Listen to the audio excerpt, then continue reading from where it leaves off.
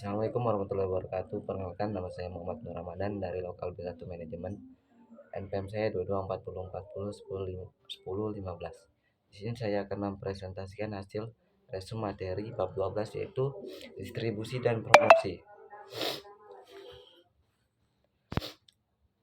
Nah, di dalam materi itu ada distribusi fisik, yaitu distribusi merupakan perpindahan barang dan jasa dari produsen ke pemakaian industri dan konsumen. Kegiatan distribusi fisik meliputi penutupan standar pelayanan, pemilihan model transportasi yang akan digunakan, dan pengoperasional fasilitas pergudangan, penanganan produk, dan pengelolaan persediaan.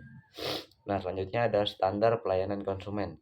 Perusahaan perlu menetapkan suatu standar pelayanan dengan mempertimbangkan standar pelayanan pesaing.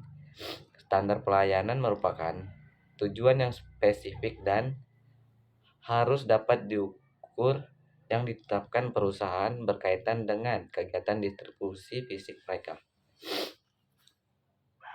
Selanjutnya ada transportasi. Nah, pengiriman barang kepada konsumen dapat dilakukan dengan berbagai cara, yaitu dengan menggunakan sarana angkutan darat, truk, kereta api, atau pesawat udara, dan angkutan laut dan pipa saluran. Hal-hal yang dipertimbangkan dalam menentukan jenis transportasi yang digunakan meliputi, yaitu kecepatan pengiriman, jumlah lokasi yang dilayani, jumlah produk, daya tahan terhadap kerusakan atau penyusunan, efisiensi penggunaan energi atau bahan bakar. Selanjutnya ada pergudangan. Pergudangan berkaitan dengan kegiatan-kegiatan dalam distribusi fisik yang meliputi penerimaan, penyimpanan, pengiriman barang-barang. Perusahaan besar biasanya memiliki gudang sendiri, sedangkan perusahaan kecil biasanya menyewa tempat di gudang-gudang yang disewakan untuk umum. Selanjutnya ada pemrosesan pesanan. Nah, pemrosesan pesanan meliputi proses penerimaan pesanan dan pengirimannya. Pemrosesan diawali segera setelah pelanggan melakukan pesanan, baik melalui surat, telepon, maupun komputer. Selanjutnya ada penanganan bahan produk. Penanganan bahan ialah penanganan secara fisik suatu produk selama pengangkutan dan pada saat disimpan di gudang. Penanganan bahan produk yang baik dapat memaksimumkan penggunaan ruang gudang, meminimumkan waktu penanganan suatu produk, dan mengurangi tingkat kerusakan.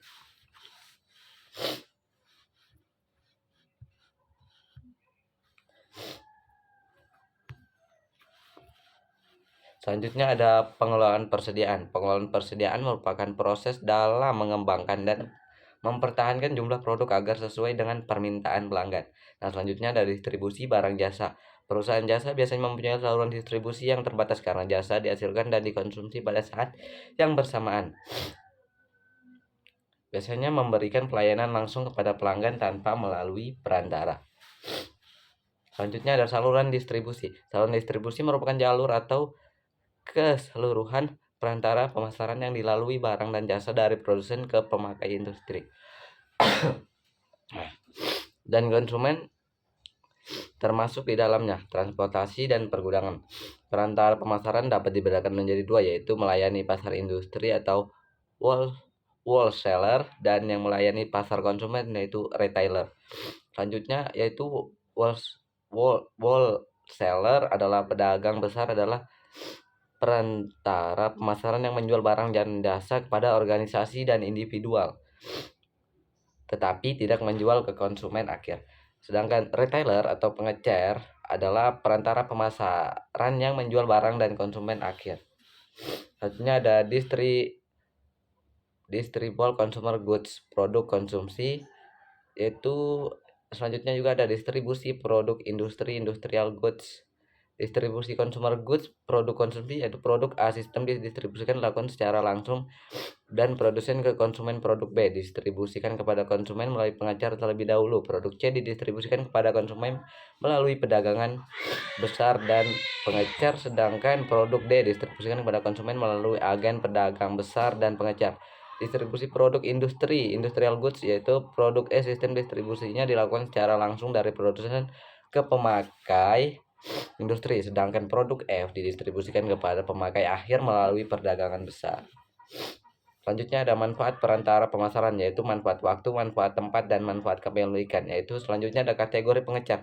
Berdasarkan faktor-faktor seperti ini, pelayanan, seperti jenis pelayanan, strategi harga, kelangkaan produk, dan banyaknya pengecer. Pengecer dapat dikelompokkan menjadi beberapa kategori: department store, toko diskon, toko khusus, supermarket, hypermarket, convenience store, catalog store, dan chain store. Selanjutnya ada strategi distribusi eceran, yaitu eksklusif, selektif, dan intensif. Selanjutnya ada promosi. Promosi adalah suatu usaha yang dilakukan pemasaran untuk memengaruhi pihak lain agar berpartisipasi dalam kegiatan pertukaran, merupakan usaha mengkonsumsi informasi yang bermanfaat tentang suatu perusahaan atau produk untuk mempengaruhi pembeli potensial. Selanjutnya ada tujuan promosi.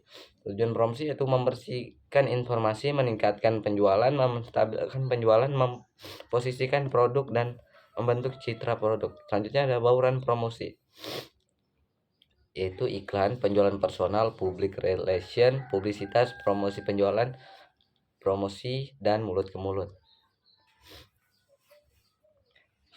Sekian dan terima kasih. Apabila ada penjelasan yang kurang dapat dimengerti, saya mohon maaf. Wabillahi taufiq wal hidayah. Wassalamualaikum warahmatullahi wabarakatuh.